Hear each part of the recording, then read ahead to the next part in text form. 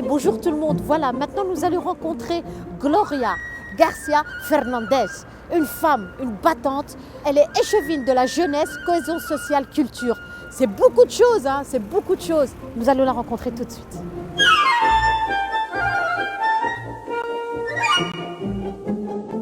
Bonjour, très heureuse de vous recevoir ici au Centre culturel de Waard-Kapoen. Madame Gloria Garcia Fernandez, depuis le mois de janvier, vous êtes échevine, vous avez été nommée échevine. Oui, c'est ça. Donc j'ai prêté serment le 22 janvier et je suis entrée en fonction le 23 janvier.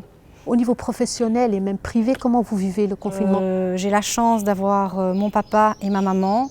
Nous faisons les courses en fait pour mes parents parce que ce sont deux personnes à risque, mais nous n'entrons pas et ils ont appris à manipuler une tablette, comme ça ils peuvent nous voir, ils peuvent voir ma sœur, me voir et surtout voir leurs petits-enfants. J'ai aussi deux grandes filles, dont donc Laura qui a 31 ans, qui est maman d'une petite fille, et Inès qui a 25 ans. Alors elles ne sont pas chez moi, elles sont toutes les deux chez Laura avec ma petite fille. Hier, c'était l'anniversaire d'ailleurs de ma petite fille.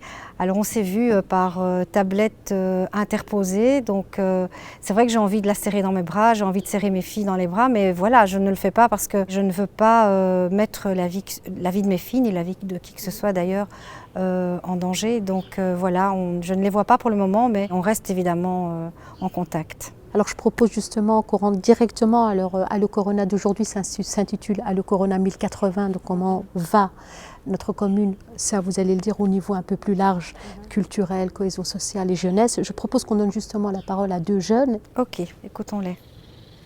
Bonjour madame, je m'appelle Osama, j'ai 18 ans et le confinement je le vis bien. C'est un peu casse-pied de ne pas sortir, de ne pas voir ses amis, mais bon, on fait avec.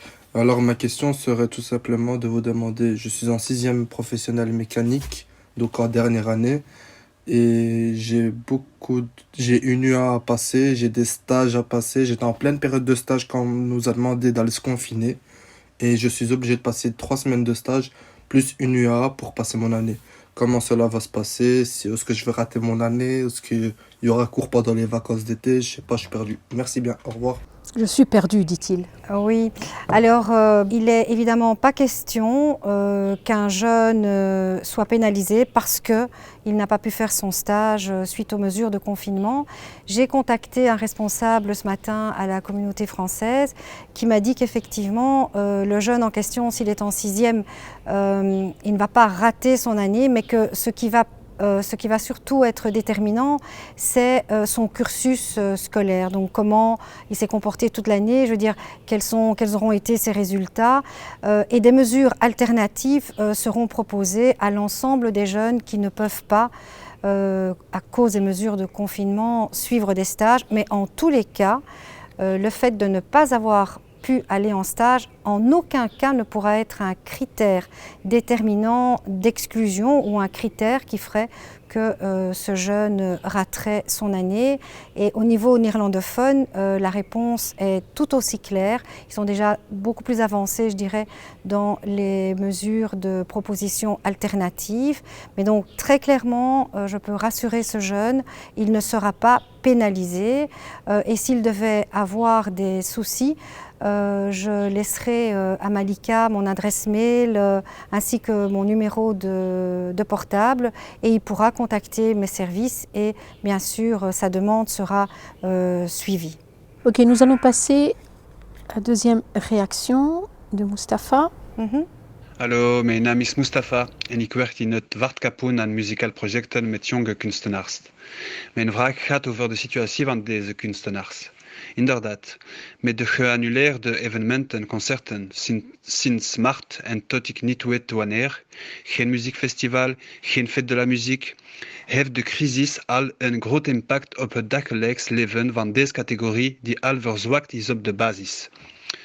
Ik wil dus graag weten welke initiatieven u en de gemeente zullen nemen om hen te steunen. Survivre.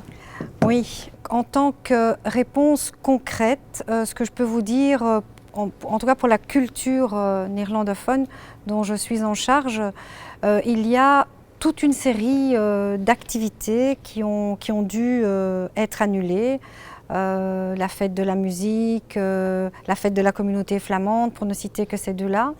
Ce sont des activités pour lesquelles on avait une enveloppe budgétaire et donc nous avons décidé que cette enveloppe budgétaire serait partiellement distribuée à des associations de la commune, à des associations néerlandophones en charge de la culture néerlandophone. Donc en ce qui concerne la culture francophone, c'est Madame Skepmans au niveau local qui est en charge. Alors elle m'a dit ce matin que tous les subsides sont maintenus. Et pour le reste, en fait, je pense que de son côté, elle travaille aussi notamment au maintien de la fête de la musique, pas à la date où c'était prévu, parce qu'il y a énormément d'artistes qui vont être pénalisés.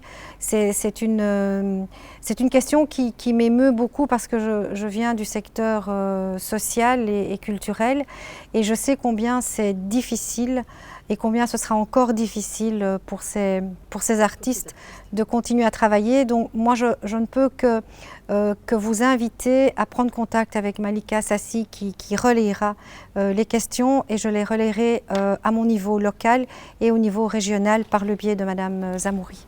Alors on passe au dernier témoignage, question. Bonjour à vous Madame Lechvin, je m'appelle Reda, je suis éducateur.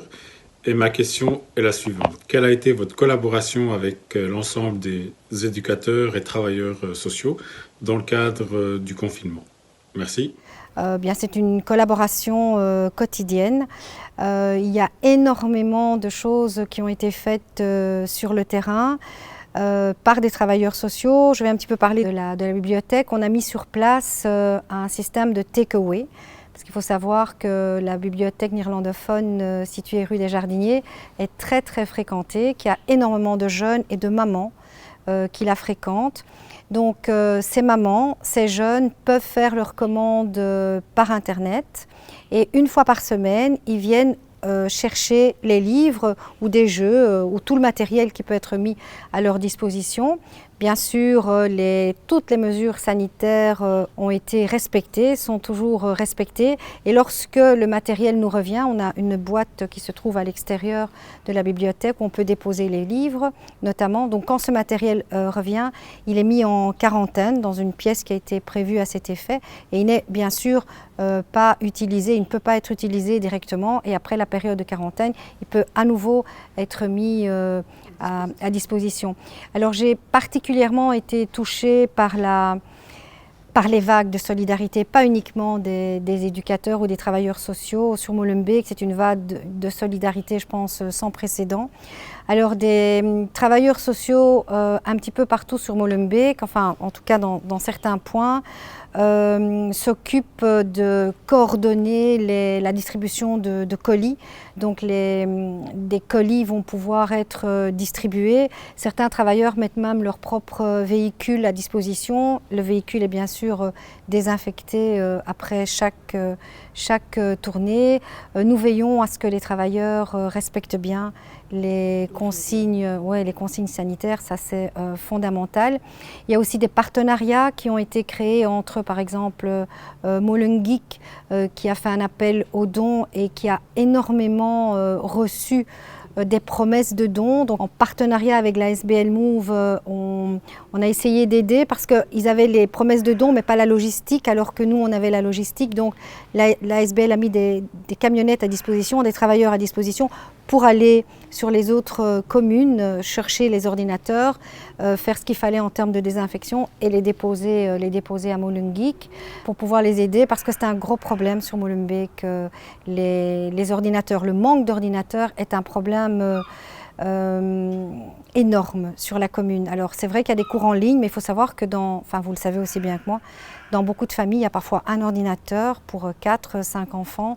Donc c'est une de mes priorités aussi pour le moment. Et ça, je peux y travailler parce que les équipes de travailleurs sociaux sur Molenbeek sont formidables. Et parce que moi je suis agréablement surprise et je suis aussi très reconnaissante à tous ces travailleurs de différentes ASBL qui ne dépendent pas du tout de la commune, mais qui, quand on les appelle, répondent présents, collaborent et qui proposent aussi, qui sont très inventifs et qui proposent toute une série de dispositifs pour alléger le quotidien des enfants et des parents aussi qui sont confinés. Alors, comment se porte notre commune? Vous avez vu ce qui s'est passé en Anderlecht. Ça nous touche également. Il n'y a pas de frontière entre nous et les autres communes de la Belgique. Mais nos jeunes, on est heureux que jusqu'à présent, il n'y a pas eu d'émeute, il n'y a pas eu... Comment vous expliquez cela? Est-ce que tout va bien? Est-ce que les jeunes vont bien? Est-ce qu'ils ont compris? Est-ce qu'on peut être un des meilleurs exemples à Molenbeek? Alors, dire qu'on va bien quand on est dans un 50 mètres carrés à 4 ou à 5, c'est pas possible. Donc, les jeunes, je ne peux pas dire qu'ils aillent bien. Je pense aussi que ce genre de choses arrive peut-être parce que les jeunes ne sont pas suffisamment informés de l'urgence de la situation sanitaire pour protéger notamment les parents et les grands-parents de ces jeunes, enfin toutes les personnes âgées, les personnes fragiles. Donc je vais mettre en place un projet pour que la communication se fasse mieux entre les jeunes, pour qu'ils comprennent mieux la situation sanitaire dans laquelle nous sommes. Et c'est une communication qui sera faite par et pour les jeunes. Donc ce ne sont pas des politiques qui vont se charger de l'affaire, mais ce sont des jeunes de nos quartiers qui la feront. Le principe, ce sera un principe d'éducation par les pairs PAIRS, donc les personnes qui sont sur le même niveau, autrement dit les jeunes. C'est un principe que je n'ai pas inventé, ce n'est pas un projet que j'ai inventé, c'est un projet qui fonctionne dans des tas d'autres pays, qui fonctionnent bien, et c'est très simple, ça prend son ancrage dans des principes populaires d'éducation pour tous et par tous. Parce que moi je suis convaincue que c'est par la participation citoyenne, par la participation des jeunes à la vie politique aussi de leur commune. Comment ça fonctionne une commune? Qu'est-ce que c'est une commune? Le pouvoir communal, c'est un pouvoir de proximité par excellence. J'ai l'intime conviction que les jeunes impliqués dans leur commune pourront d'abord nous apporter des pistes de solutions par rapport à tout ce qu'on traverse et tout ce qu'on pourra encore traverser. Et ce que je dirais pour terminer, c'est restons solidaires, restons tous ensemble solidaires, respectons au maximum les règles de confinement, c'est important parce qu'après le corona, il va falloir qu'on se retrouve, qu'on se retrousse les manches et que tous ensemble nous travaillons pour le bien-être de Molenbeek. Donc restons solidaires. Pour la prochaine fois maintenant, nous allons recevoir notre docteur Bakar, un médecin local depuis 30 ans ici à la place de la Duchesse à Molenbeek-Saint-Jean, et il en a des choses à raconter.